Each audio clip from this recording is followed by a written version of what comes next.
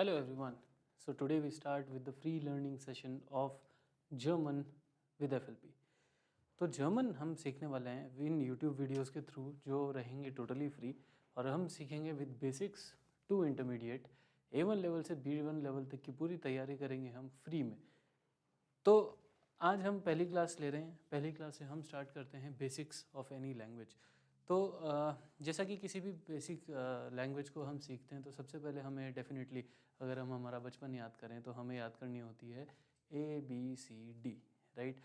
बिना ABCD के, बिना जर्मन को जाने, बिना किसी लैंग्वेज के प्रोनाउंसिएशन को जाने हम आगे नहीं बढ़ पाएंगे, क्योंकि reading is something that is very important. क्योंकि रीडिंग एक ऐसी चीज़ होती है जिसके बेस पे आप लैंग्वेज को जज करना सीखते हो। आपको लैंग्वेज का पता चलता है कि अच्छा इसको इस लैंग्वेज में ऐसा बोला जाता है, इस चीज़ को ऐसे पढ़ा जाता है। तो इस पर्टिकुलर सेशन में हम कवर करेंगे जर्मन बुकस्टाब। बुकस्टाब का मतलब होता है अल्फ़ाबेट्स। तो स्टार्ट करते हैं। जर्मन में हमने कहा अल्फ़ाबेट्स को बुक स्टाब, और अभी थोड़ी ही देर में हमें पता चल जाएगा कि इसको मैंने बुक स्टाब क्यों पढ़ा।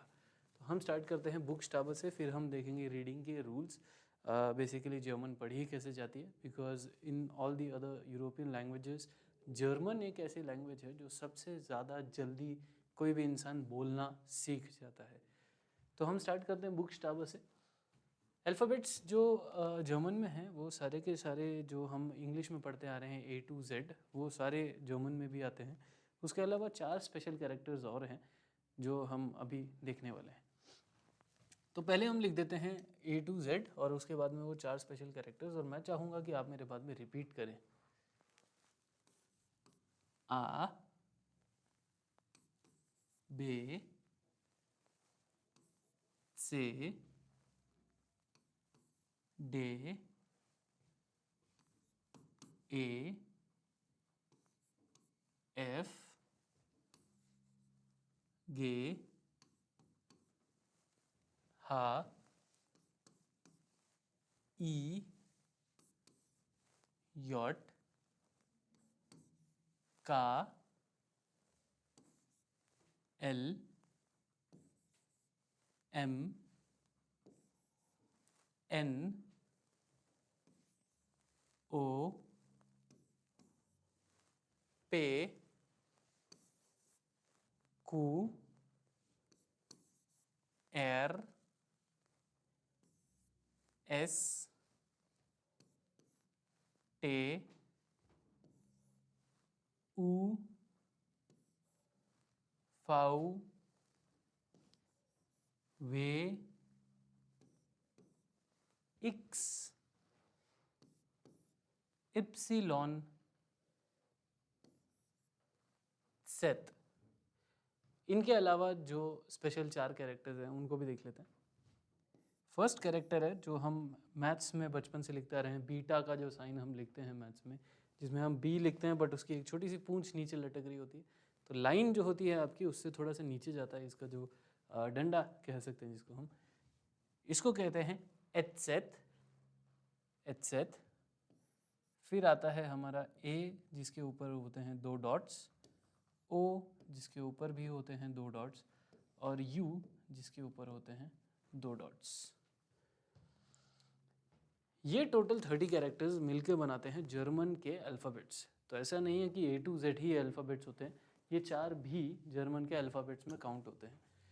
अब इसमें स्पेशल बात यह है कि हर एक कैरेक्टर से कोई ना कोई वर्ड बनता ही है, लेकिन इस पर्टिकुलर कैरेक्टर से, इस पर्टिकुलर अल्फ़ाबेट से कोई वर्ड नहीं बनता। ये वर्ड्स के बीच में आता है। बीच में मतलब एग्जैक्ट बीच में नहीं, मतलब ये स्टार्टिंग में नहीं आ सकता, ये वर्ड्स के आगे कहीं पे भी सेकंड पोजीशन, लास्ट, मिडल आता है। तो एक बार वापस रिपीट करते हैं सारे बुक स्टाब साथ में। पहले मैं बोलूँगा फिर आप लोग रिपीट करना। आ, बे, से, डे, ए, एफ, गे, हा,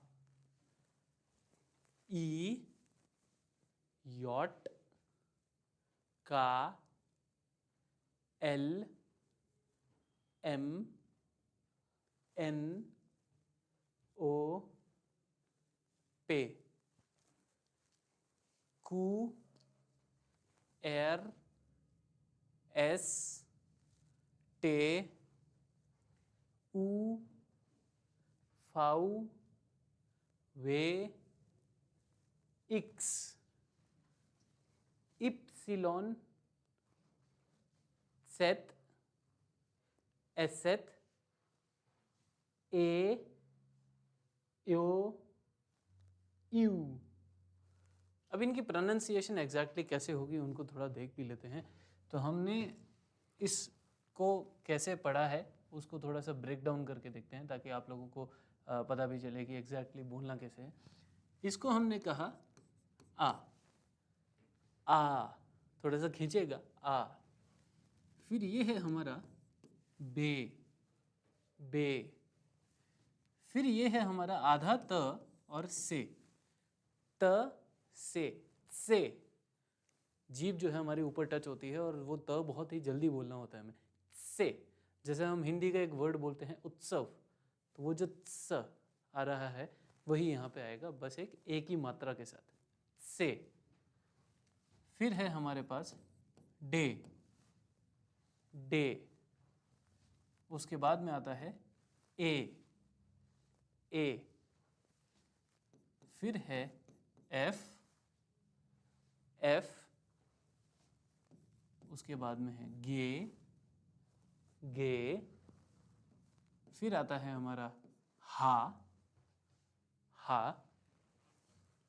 उसके बाद में ई, ई। इसे हम कहते हैं यॉट, यॉट। फिर आता है हमारा का, का। एल एम एन ओ का वही प्रोनाउंसिएशन है जो हम बचपन से पढ़ते आ रहे हैं, एल एम एन ओ। फिर आता है हमारा पे, पे। उसके बाद में है कू, कू। इसके बाद में है एयर, एयर।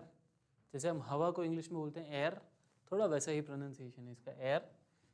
एस का सेम प्रोनाउंसिएशन है जो हमारे इंग्लिश में रहता है। उसके बाद में है टे, टे। फिर है ऊ, ये थोड़ा सा गहरा रहता है हमेशा, ऊ। उसके बाद है हमारे पास फाऊ, फाऊ, फाऊ। फिर है हमारे पास वे। वैसे तो इसको वे बोल देते हैं, वे, बट इसमें हल्का सा ह, बहुत ही हल्का सा ह साउंड भी आता है, तो इसको हम बोलते हैं वे, वे। जर्मन्स आपको वे बोलते हुए भी मिल जाएंगे, तो वे दोनों चलते हैं। फिर है हमारा इक्स, इक्स। उसके बाद में आता है इप्सिलॉन, इप सी लॉन, इप्सिलॉन, इप्सिलॉन। इसको कहीं कहीं जर्मन्स आपको उपसिलॉन बोलते हुए भी सुनाई दे जाएंगे, वो क्योंकि एक भाषा है।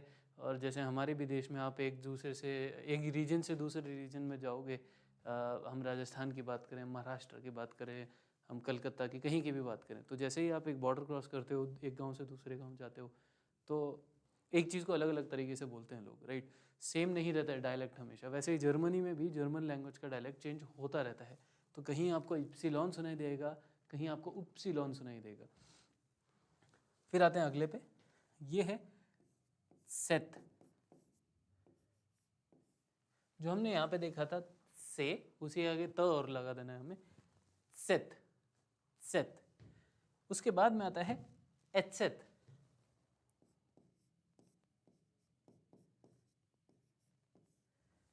इसको दो तरीके से बोलते हैं जर्मन, या तो एसेथ, ए से त, एसेथ, या फिर एचसेथ। यहाँ बीच में एक छोटा सा त और लगा देते हैं, एचसेथ, क्योंकि वही डायलॉग वाली बात, कहीं कुछ कहीं कुछ, तो जर्मनी में भी जैसे जैसे आप रीजन क्रॉस करोगे, बर्लिन, हाम्बुर्ग और जैसे म्यूनशन वगैरह एरिया में आप जाओगे तो आपको कहीं एस एच सुनाई देगा, कहीं एच एच सुनाई देगा। उसके बाद में आता है ये, इसको जैसे इंग्लिश में हम लेटर ए को बोलते हैं वैसे इसका साउंड है ए। ए इसके बाद में जो दो हैं ये थोड़ा सा आपकी जीभ का मेहनत लगेगी इसमें, लेकिन इसको बोलने के लिए थोड़ा सा ट्रिक है। इसका ट्रिक ये है कि ए ओ और ई यू। अब ये जो ए और ई है इसको आपको सबसे ज़्यादा जल्दी बोलना है। जैसे इसको हम बोलते हैं ए यो, धीरे बोला है मैंने अभी, एक्चुअल में इसको बोलते हैं यो। जो ए है वो बहुत ज़्यादा जल्दी बोलना है आपको और जीभ आपकी घूमेगी, यो यो। वहीं आप आगे जाओगे तो ई यू लिखा है मैंने, लेकिन ई बहुत ज़्यादा जल्दी बोलना है हमें और यू बोलना है, यू यू। अभी भी आपका होठ घूमेंगे, थोड़ा अजीब लगेगा, नई भाषा है, बोलने में अजीब लगता है, हमें लगता है कितना अटपटा लग रहा है, कोई देख रहा होगा, कोई हंसेगा। बट कोई बात नहीं, यही लैंग्वेज आपको कल को जाके पैसे देगी, जॉब्स देगी, अपॉर्चुनिटी देगी जर्मनी जाने की और वहाँ पे अच्छे खासे यूरो कमाने की। तो डेफिनेटली थोड़ी सी मेहनत तो लगेगी इसको सीखने में। तो अब इसको हम वापस से पढ़ते हैं और साथ में रिपीट भी करते हैं। मैं थोड़ा सा गैप लूँगा जिसमें आपको रिपीट करना है। आ, बे, से, डे, ए, एफ, गे, हा, ई, यॉट, का, एल, एम, एन, ओ, पे, कू, एर, एस, टे, ऊ, फाउ, वे, इक्स, इप्सिलॉन, सेथ, एचसेथ, ए, एओ, जीभ घुमानी है, एओ, यू। मुंह बनेगा बहुत अजीब लगोगे, कोई बात नहीं, एओ, यू। Very good. तो अब नेक्स्ट लेवल पे चलते हैं। नेक्स्ट लेवल क्या है कि रीडिंग कैसे करी जाती है जर्मन में, क्योंकि जर्मन की रीडिंग इतनी ज़्यादा इजी है। कुछ सेट ऑफ रूल्स है जो हमने बनाए हैं, इवेंचुअली हमने नहीं, बट बेसिकली ये एक set of rules by default हैं ही।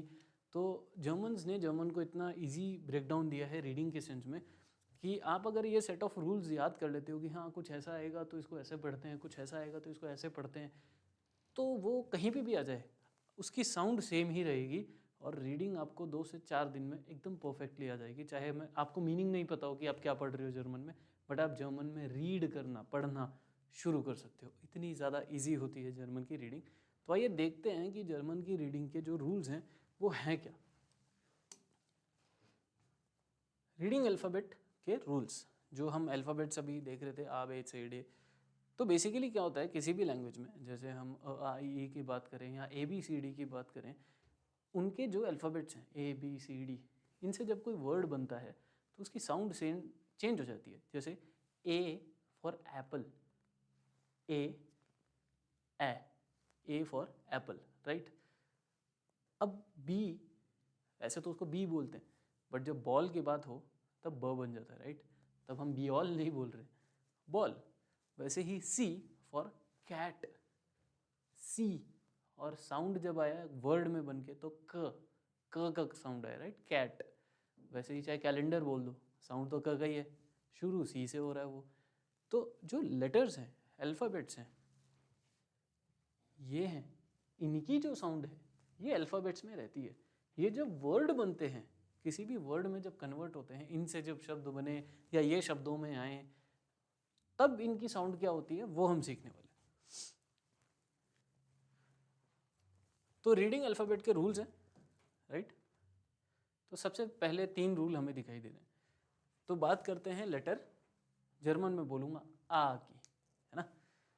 किसी भी वर्ड में जर्मन में जब हम भाषा जो हम सीखने वाले हैं अभी, आपको एक आ दिखे या 2 आ दिखे किसी भी वर्ड में, उसका साउंड सेम रहेगा, आ। जैसे डानी, क्लार, जालाट, पार, हार, जाट, स्टार्ट। हम फोकस अभी हमें करना है आ के साउंड पे, तो चाहे एक आ रहा है चाहे दो, साउंड उसका सेम है आ, कोई डिफरेंस नहीं है। तो इस रूल को नहीं भी याद करो तो कोई मेजर डिफरेंस नहीं है। तो इस पीडीएफ में ऐसे ऐसे रूल्स हैं जो आप नहीं भी याद करोगे तो कोई फ़र्क नहीं पड़ेगा, क्योंकि आ का साउंड आ ही रहेगा, कहीं पे भी आ जाए, चाहे सिंगल चाहे डबल। पहला रूल तो यही कहता है। अब दूसरा रूल देखते हैं। इसमें हमारे पास लिखा हुआ है ये और ये दोनों वर्ड्स का कॉम्बिनेशन जब भी, मतलब ये दो लेटर जब भी हमें किसी वर्ड में दिख जाए, दोनों को ही बोलते हैं आई। आई। अब इसमें खास बात यह है कि इसको चाहे अगर आप ऐसे नहीं भी याद करोगे तो फ़र्क नहीं पड़ेगा। क्यों? क्योंकि किसी भी वर्ड को आप रीड करने जाओगे तो इसको तो कहते हैं आ, राइट, और जो आगे है उसको कहते हैं जर्मन में ई। अभी हमने सीखा था। तो आप ये अगर भूल भी जाओ तो आप उसको बाय डिफ़ॉल्ट सही पढ़ दोगे, जैसे माई, माइस, हाई। लेकिन इन दोनों का कॉम्बिनेशन मिलके भी आई का साउंड निकालते हैं। तो ये हमें याद रखना पड़ेगा। आई, आइमर, आइन, राइस, शुरू में आए, बीच में आए, लास्ट में आए, कहीं पे भी आए, ए आए और ई आए, दोनों मिलके साउंड देते हैं आई की। तो इस तरीके से आपको कोई भी वर्ड दिख जाए जहाँ ए आए या ई आए आ रहा है तो उन दोनों लेटर्स को एक साथ पढ़ देना आप, जिसका साउंड हम क्या निकालेंगे? आई। करेक्ट। फिर हम बात करते हैं सी एच के कॉम्बिनेशन की। दिखने में आपको बहुत सारे लग रहे हैं बट सिंपल करते हैं इसको। सी एच जो है वो काफ़ी वर्ब्स में काफ़ी जगह आपको दिखेगा, जर्मन लैंग्वेज में वो काफ़ी जगह दिखेगा। वर्ब्स में तो आप ये मान के चलो कि हर दूसरे वर्ब में आपको सी एच दिखेगा, और काफ़ी नाउन्स भी ऐसे हैं जिसमें आपको सी एच दिखेगा ही। अब सी एच का जो साउंड है वो जैसा आप देख पा रहे हो, सी एच का जो साउंड है अकेले का वो है श। मैं सेकंड पॉइंट की बात कर रहा हूँ अभी, श साउंड है इसका, राइट। तो आपको कहीं पे भी सी एच दिख जाता है तो आपको उसको श पढ़ना है। एक एक्सेप्शन है, उससे पहले ये तीन लेटर हुए अगर पहले, बाद में नहीं, ए सी एच, ओ सी एच या ऊ सी एच, तो हम इसको क्या पढ़ेंगे? सी एच को ख। सी एच से पहले अगर ये तीन लेटर हमें दिख जाते हैं, ए सी एच, ओ सी एच या यू सी एच, तो हम उसको पढ़ेंगे ख, वरना सी एच को हम पढ़ते हैं श। तो इन तीनों के अलावा कोई भी लेटर इससे पहले आ जाए तो हम इसको श पढ़ेंगे। जैसे अब यहाँ आप देख रहे हो सी एच से पहले ओ है, यहाँ ए है, यहाँ ए है, यहाँ यू है, तो इन सारे केसेस में मैं सी एच को पढ़ूंगा ख। जैसे लॉक, लाख, माख, बुक, ख ख ख। बट इन तीनों के अलावा कोई भी आ जाए इसके पहले, चाहे इनिशियल स्टेज पे स्टार्टिंग में ही सी एच ही आ जाए, तो मैं इसका साउंड क्या बोलूँगा? श। जैसे मिल्श, लाइस्ट। देखो अभी ये रूल हमने अभी पढ़ा था, ई आई को क्या बोलते हैं? आई। तो बन गया ना एल के साथ लाई, बचा फिर सी एच जिसको हम बोल रहे हैं श, और बचा ट, लाइस्ट। तो इतनी सिंपल है जर्मन की रीडिंग कि आपको लेटर बाय लेटर पढ़ते जाना है, आपको कॉम्बिनेशन याद रखना है, लेटर बाय लेटर पढ़ना है, आप कुछ भी पढ़ सकते हो। फिर है इश और शेफ। अब इसको हमने इश क्यों पढ़ा? क्योंकि आई को बोलते हैं ई, आगे क्या है? सी एच, सी एच से पहले ए ओ यू नहीं है तो हम उसको श पढ़ रहे हैं, ई श, इश। That's it, so simple. फिर आगे है हमारे पास शेफ, ठीक है। अब देखते हैं थर्ड लाइन में क्या लिखा है। थर्ड लाइन में लिखा है कि सी एच के बाद में अगर एस दिख जाता है बाद में, तो हम उसको क्या पढ़ रहे हैं? स। इन तीनों को मिला के, सी एच और एस तीनों को मिला के हम पढ़ेंगे क और स। क होगा छोटा सा, स का साउंड। जैसे वैक्स, वाइक्सल, नेक्स्ट। अब यहाँ मैं क्या कर रहा हूँ? इसको और इसको सी के साथ में तीनों को स का साउंड दे रहा हूँ, और जो बच रहा है उसको मैं अलग से पढ़ दे रहा हूँ। जैसे यहाँ पे मैंने अगर सी एच एस तीनों को पढ़ लिया तो बचा क्या मेरे पास? डब्ल्यू और ई। तो उनका जो साउंड है वो जोड़ा और स बोला, वर्ड का साउंड आ गया वे स। अब डब्ल्यू ई आई बन गया वाई, वाई स, और बचा गया ए एल, एल वाइक्सेल। फिर क्या है? एन के बाद में आ उमलाउट, आ उमलाउट, ये जो डॉट हैं इनको जर्मन में उमलाउट बोला जाता है। आ उमलाउट का साउंड देखा था हमने, उसका साउंड है ए, एन के साथ में ए का साउंड आ गया तो ने, CHS क्स, नेक्स्ट, और फिर बचा गया टी और ई, नेक्स्ट, खत्म। लेकिन अगर CHS की जगह SCH आ गया तो सेम जो रूल अभी हमने देखा था कि इन तीनों के अलावा कोई भी इससे पहले आ जाए हम उसका साउंड क्या रख रहे हैं, श।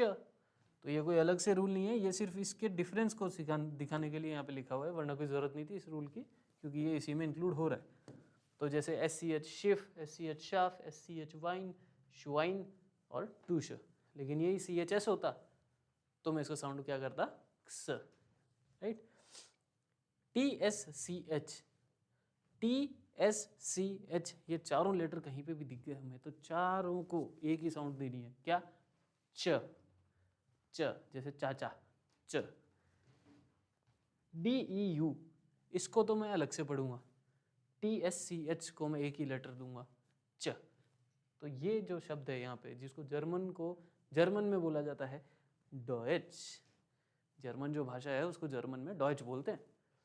और फिर आगे क्या है, KUTSCHE, अब के और यू, कू, राइट, के का साउंड है क और ऊ का साउंड है ऊ, तो कू, TSCH बन गया च, तो बना कुछ, बचा क्या, ए, कुचे, कुछ।